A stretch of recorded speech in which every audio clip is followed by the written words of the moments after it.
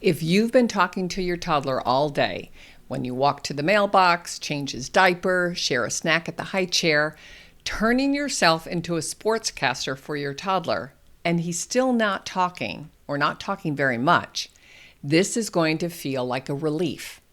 Because talking more isn't the fix. Today, I'm going to show you what actually builds talking with your toddler. First, if you're new here, thanks for joining. I'm Erin, a speech-language pathologist, and I've spent nearly 40 years on the floor with babies and toddlers and the moms raising them. So hear me when I say this. Your child would talk if he could. He's not refusing, he's not lazy, and he's not being stubborn. If he's not talking yet, or as much as you think he should be, that's information, not defiance. But here's the belief almost every mom is carrying. I just need to talk to him more, and then it will click. That sounds reasonable. It's actually what most pediatricians will say to you. And it's definitely in a lot of those books that we read. And it surely is all over the internet. Just narrate and he'll learn. But here's the truth. That's only half the story. Today, I'll show you the one shift that changes everything. What actually comes before the words start popping out, and one small thing that you can try today to put this all into action. Maybe at breakfast time or bath time, or maybe when you sit down to share that book. And I put it all together in a free guide, so stick with me to the end and you can grab it. So the first question is, who is this information for? If you have a 1, 2, or 3-year-old and a knot in your stomach about his talking, this is for you. But also, if you're holding a brand new baby, or maybe your little guy or gal just learned to sit up and he's starting to take solids, I want you to lean in too, because this is very important to stay ahead of all of this.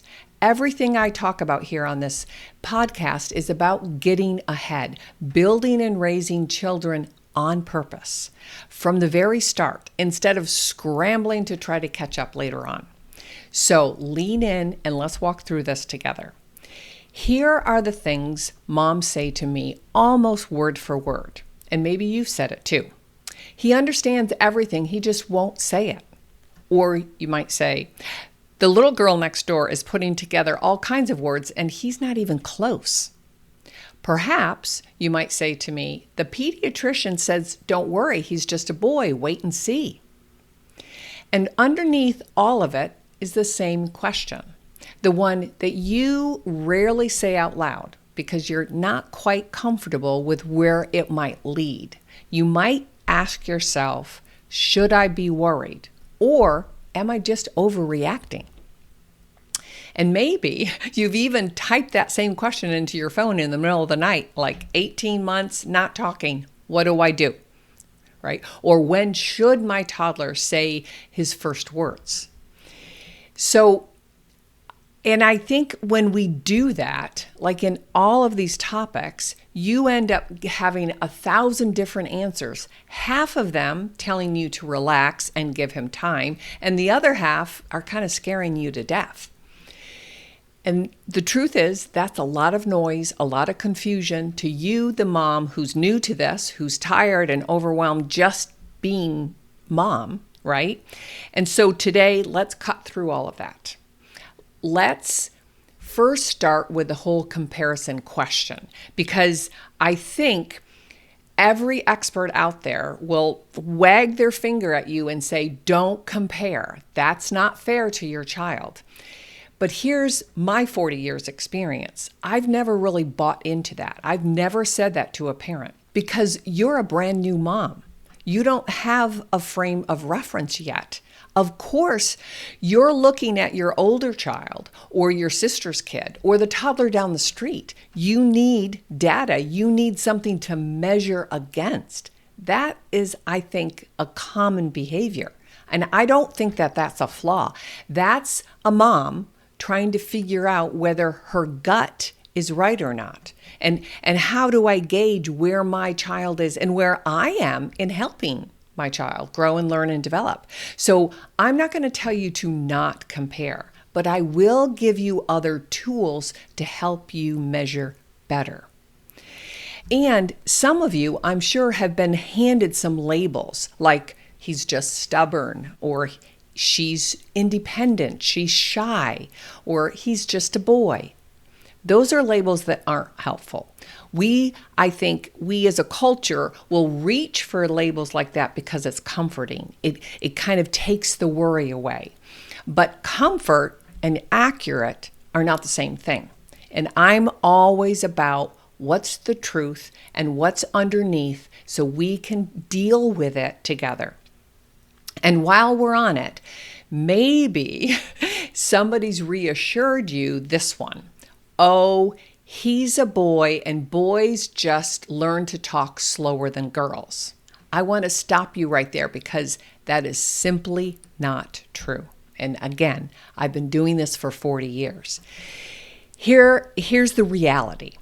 There are subtle differences across kids, but also between boys and girls. Sure, a boy can sometimes be more physical, a little more expressive in their bodies and less expressive with their words, especially when you're talking about a toddler or a preschooler. That is true. But there is no separate measuring stick. We do not have a different set of milestones for girls versus boys. We don't expect less from boys at this age. It's all the same. Their style might be different, like I said. So if someone is using your son's gender to tell you to relax, please don't listen to them. It's not good advice. The expectations for both boys and girls at this early developmental stage is the same across the board. Now, there is wiggle room within them, and we'll talk about that. But here's what the system handed you instead. And when I talk about the system, I'm talking about the average pediatrician out there, the parenting books, the hundreds, if not thousands of moms online, even a lot of other speech therapists.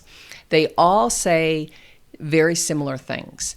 Just narrate, just talk to him all day, and one day it will click. That's how we learn speech and language. It's sort of like that, if you just build it, they will come theory in speech and language world. If you pour in enough words, then the words will start to flow out of him. Now, I want to be fair to that piece of advice because it didn't come from nowhere. There is a thread of truth, but just a thread. Children absolutely need to hear rich, warm, real language, buckets of it, actually. That part is true. They hear or they learn language through us. But here's what happens. And you've watched it hundreds of times in 100 different ways, I think. The system out there will grab a thread of truth from some good research and then kind of flatten it so it would fit in their tagline or in their slogan. That's what happens, especially when we're looking at early child development. Talk more was their slogan, right? And in that flattening, it actually drops the part that actually matters. Because it's not just talk more, it's really talk more with him. Build that connection through language together. That's the piece that's missing. So if you've been doing exactly what you're told and it's not working, I want you to hear this. That's not failure per se. You were handed half the instructions. And so my role, my responsibility is to tell you the whole instruction, right? And I've watched what those half instructions do to very good moms. It kind of splits you guys into two camps. Let me kind of walk you what they would look like. Camp 1 would turn many moms into chatty Cathys. And I see this online. I see this in real life. You pick up the ball and you talk so much, so constantly, right? Narrate all day, that your child actually begins to tune you out. right? You've become background noise to them, right? Think of it as kind of radio in the background in the kitchen.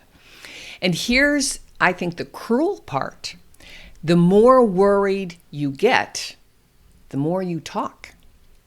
And the more you talk, the more he tunes you out. And the more he tunes you out, the more worried you get. And you see and feel that spiral. And then you both end up in this stuck position. He's not really engaging with you because it's too much. And you're getting worried because he's not building like you expected, or like the girl next door. And then there's camp too. And I have had dozens of moms over the years in my office almost cry with a sense of relief when I finally explain this to them. Say you're naturally more quiet. You're not the chatty Cathy type. Maybe you're even a little more introverted. And so when you hear this advice, narrate all day long, that's torture to you. Because now you feel like you're a bad mom every minute that you're not narrating. Or maybe you're brand new to this whole baby toddler stuff. Maybe you never really babysat, or you never really hung out with little kids. And you say to you yourself or me or somebody else, because I hear this all the time, why would I even talk to him? He can't really understand. He can't answer me yet. Why do I narrate all day? And it makes you feel like there's something wrong with you because that's what you've been told, that's what you see, that's what other people are doing. So I want to take that weight off of your shoulders right now too. This is not a personality test. You do not have to be bubbly, and you don't have to feel like you're on stage and performing all the time. Yes, it's helpful to be playful, and we talk about that, and we'll talk about that more. But it's not like this on switch that you have to flip from the beginning of your day to the end of the day.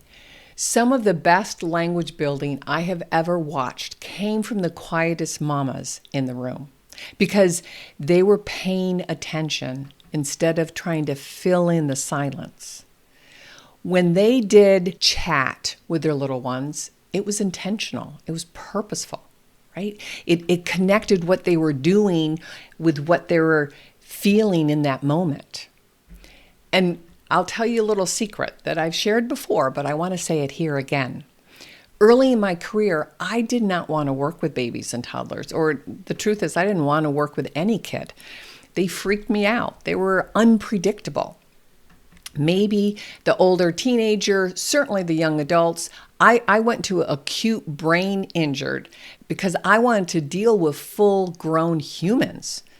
Little ones, I didn't have any experience with that. And the truth be told, I was too uptight. I couldn't relax to be around them, and I made them feel uncomfortable. I didn't know how to play. I never babysat. I didn't know how to just be with a child and hang out, especially if they weren't talking. I mean, if they went to a speech clinic, they weren't talking. So I had to learn how to get on the floor. I had to learn how to put myself in an uncomfortable, almost foolish situation, right? I had to learn how to follow a 1 or 2-year-old's lead and then let him show me where he was and what was interesting to him. It did not come natural to me, and I don't think it comes natural to a lot of us. So when I tell you that you can learn this, I know you can because I'm living proof. So let's reframe all of this. The one idea I want you to walk away with today: talking is not something you install. Talking is an outcome. It is what comes out on the other end when you build with him over time. And you do not build by turning up your word count. That doesn't work. So let me give you a little background of this. And maybe you have heard of a study called the 30 million word gap. Maybe you haven't, but let me just give you a little snapshot so we're all on the same page here, because it matters. Back in the mid to late 1990s, two researchers, Betty Hart and Todd Risley, they set out to study how many words a child will hear at home up from birth until their third birthday. And what they reported actually became quite infamous. The research suggested that by the time a child turns 3, kids from higher income homes would hear 30 million more words than kids from lower income homes. That was the big thread out of this big study. And that was the number that just set off a big storm. And from there, it really became a movement. And at least that's what it felt like to many of us who were working in the thick of it. It even shocked us as therapists, but we then started peeling back the layers of the study and what the suggestions were really telling us, right? The takeaway, though, got boiled down to something very, very basic. It simply said, more words equals smarter kids. Talk more, hit those numbers, and then you can get your kid into schools, you can get your preschooler set for life. This is the be-all and end-all. More words, smarter kids. But that is not what the research actually said. And when we started looking at it closer, when scientists started teasing it apart and us clinicians started to look at what's really driving this, and the truth is, and if you look this up now, they even questioned the whole 30 million words. It was more or less like 3 or 4 million, not 30 million. So that doesn't even hold up. But the thing that actually tracked and differentiated these two groups of kids was not even that socioeconomic standpoint. It was really the quality of words and quality of language that was used at home. It was more that give and take. And so now we call it the serve and return, just like in that whole tennis where we as the adults will serve and he returns to us, and then back and forth. It's a look, a sound, pointing with your finger, a babble, right? That's that volley back and forth. And that actually does more for building and connecting the brain neurons and synapses than an extra 1,000 words per day. Also, it showed us that it starts much earlier than real hard, measurable words. And the truth is, I still do this to this day, right? I go out into the grocery store, or a couple of days ago when I was at church, I'll spot a baby or a toddler, and I'll wave to them, or I'll give them a thumbs up and give them a wink, a little peekaboo behind my hands. I start a social dialogue with them. And you know what happens? Most of the time, those little guys and gals will light up and they'll serve back to me. A grin, a wave. Sometimes they'll hold out a toy or a blanket. Sometimes they'll look at their mom and dad and look back at me. And a few will actually give me kind of a frown, like a scowl little face, and thinking to themselves, who's this strange lady trying to connect with me? And the truth is, all of that, the frown, the wave, the confirmation from mom, all of that is communication. That baby and that toddler that I just had a whole serve and return, give and take, we didn't even say a single word. But we started a conversation. And that's the thing that you are building at these first 12, 18, 24 months. And yes, vocabulary is important, but there's so much more leading up to that. So let me kind of say it this way, because I think sometimes just wrapping it up in a clear package. Your child does not learn to talk by being talked at. He learns by being talked with. Those are two completely different things. And almost everything that you've been told will blur those things together. And it's not helpful. Talking at him is more of a broadcast. Talking with him is building that relationship. One fills the empty air, right? And the other actually builds and nurtures through synaptic connections. And once you see it that way, once you understand, then it will really shift. And it also can help you see why I continually go back and saying screens don't build language. A screen is talking at your child in the most purest form, right? It's a broadcast system, right? Color, motion, noise. And it's flat. It cannot see your child and respond to it.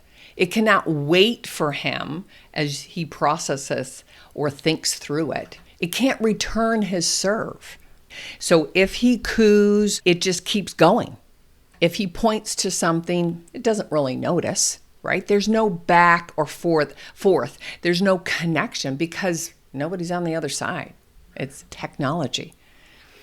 And so those apps that light up when you push the button, because many parents will say, oh, my kids love those. That's not a conversation, though. It's a flat behavior. You push a button, the light's up. That's just a reward system.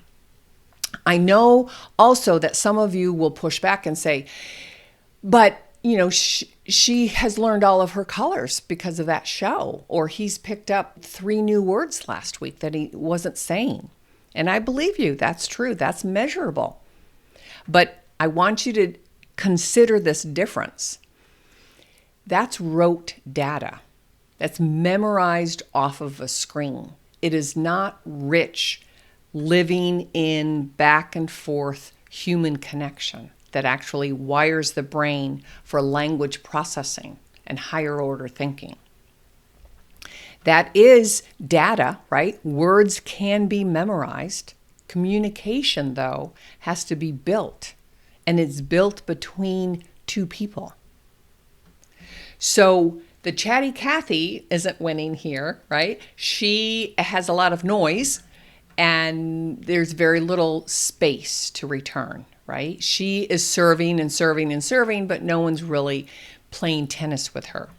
And yet at the same time, the quiet mom who shares with intention, maybe shares a banana or shares the hand washing together, she's in it. She's connected with them. They're doing things, and she's using simple language that connects the action and the feeling and the relationship. So it was never about talking more. It's about whether you're in it with him or her, right? So here's the final piece about Riesling and Hart's work, the 30 million word gap. Even if a family hit the word count, if those words were more no, stop, don't touch that, sit down, I told you, that doesn't build language either. So the quality really matters, and the relationship of building curiosity and engagement over directions, right? So you can have all the words and none of the connection, and you will get very limited outcome. Just because there's a pile of words with no warmth or meaning or intention, it won't build that language. So once we started to analyze the data, it was pretty evident. And it's important to understand that. So kids would talk if they could, really matters here. When your child isn't talking, the answer is almost never talk more to him or talk harder or just keep pushing him. The answer is to look at the precursors, the connection, the nonverbals, the gestures, the noise making, the back and forth, the playful banter that you will do with your 1, 2, and 3-year-old. The building blocks that have to be in place underneath before words start to really blossom. That is where the real work is, not the volume or the number of words that you say, those 30 million words or less, right? So here is your one shift for for this week. Just one. I want you to take a look at this. I want you to stop counting words. Just put that aside for this week and start trading turns. I want you to really think about how often do I really respond to him or her, or how often do they respond to me? Put down the narrate all day idea.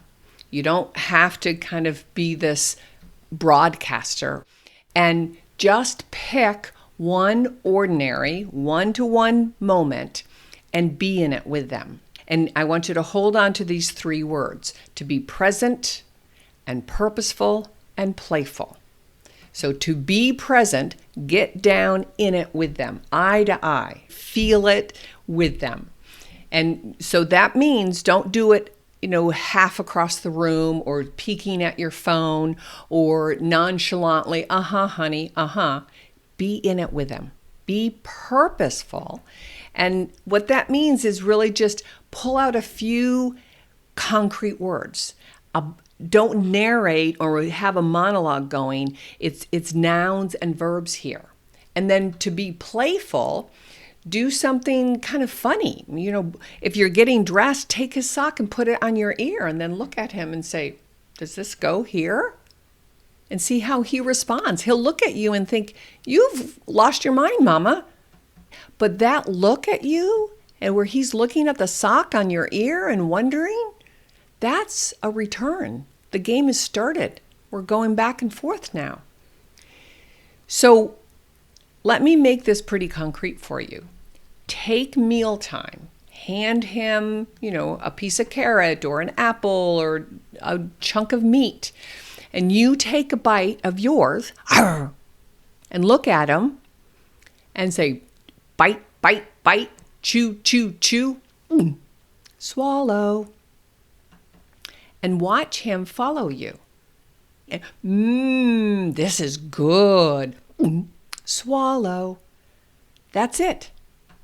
A couple of words with some action and interest, right? We're sharing this meal together. You bite, you chew, swallow. He watches you, watches your mouth, maybe he tries it himself, but the whole lighting up, eye contact with you. And so he's going to try it. He's going to try to get you to do it, maybe even feed you. That's that social exchange, that serve and return with sharing a piece of meat together. No flashcards, no drills, no questions, just you together sharing a little food. Now, let me give you the most forgiving tool you've got.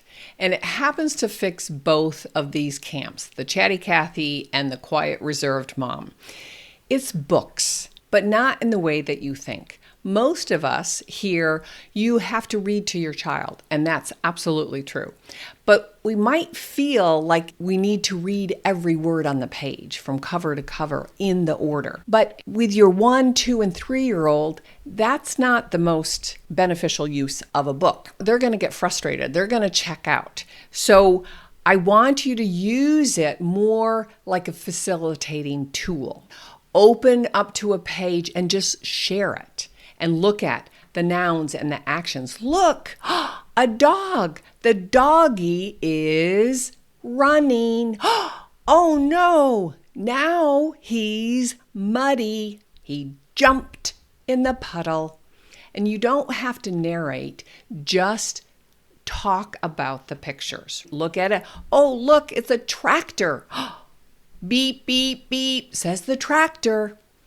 So you're not technically reading, you're using it, like I said, as a launch pad or a facilitator. And here's why I love it so much.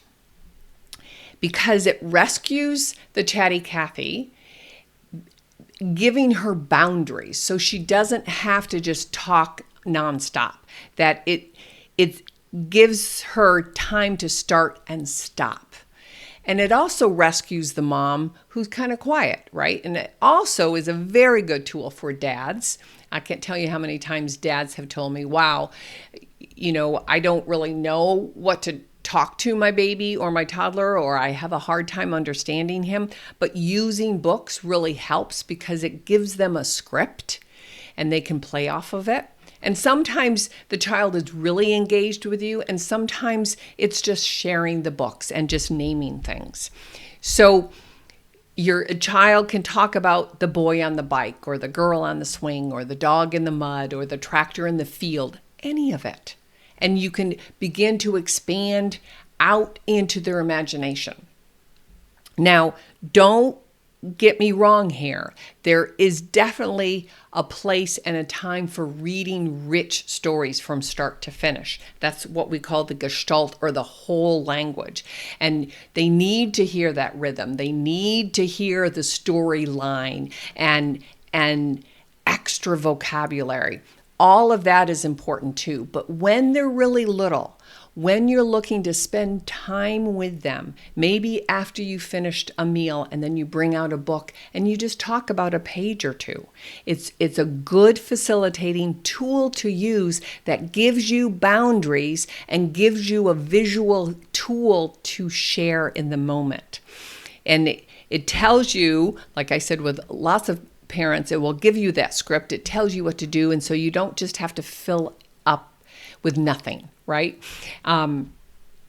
Another time is really in the bathtub, because I think your child is stuck there in the tub. He's not going to run around, but you can do easy things like, pouring water on his feet and getting him to engage with you and say, oh, pour, pour, pour, or wet, wet, wet. And he can kick, he can splash, and you can label those things and be in that moment together. And it's just playing in the bathtub. And the other piece to all of this is to give them time, that you can say something and then look at their reaction. Give them that white space to come up with an answer. You want that give and take, that volley. Think of tennis again. That kind of social exchange is a lot different than just labeling things randomly or labeling body parts in front of the mirror, which is good too, but you want to put it in context. And that's where they really start to not only understand, but to code it and use it in real life. So I always go back to, if you're worried about them expanding their own vocabulary, I think one real social exchange beats you talking to them, with an extra 1,000 words each day. Say less, make it connect and relatable, and then wait. Give them time. And I think that last one, a lot of parents skip, and a lot of professionals skip too, that they feel uncomfortable in the silence. And with little ones, it's all about connection. It's about that feel, and then do, and then say. And so give them time to take his turn. We're going to keep this conversation going because I really think it's important. And so next episode, I'm going to talk about another phrase that parents hear a lot that I don't think serves you. You'll hear, he'll talk when he's ready. And I want to give you a little heads up here. He'll talk when the language is built. There's no readiness about it. And there's a difference between those two. And we're going to dive into that. And then after that, I'll also talk about what actually has to come first, that foundation underneath the words, and that it supports language acquisition, language mastery over time. So if this is hitting close to home, here's your next step, and it's free. I pulled the Real Foundation into a guide, and it's called The 10 Things That Come Before Talking. And these are the building blocks that I just referenced that are underneath the spoken language. If you want to know whether your child is building that foundation and where he is right now, go and grab it down below. The link is in the description. It's free, it's simple, and it will give you clarity instead of Googling at 2 o'clock in the morning. If you want to get ahead of this, that's where you start. You don't need to do this alone, and you certainly don't have to do it perfectly. You just have to do it with him or her. So God bless, and I'll see you next week in Talking Toddlers.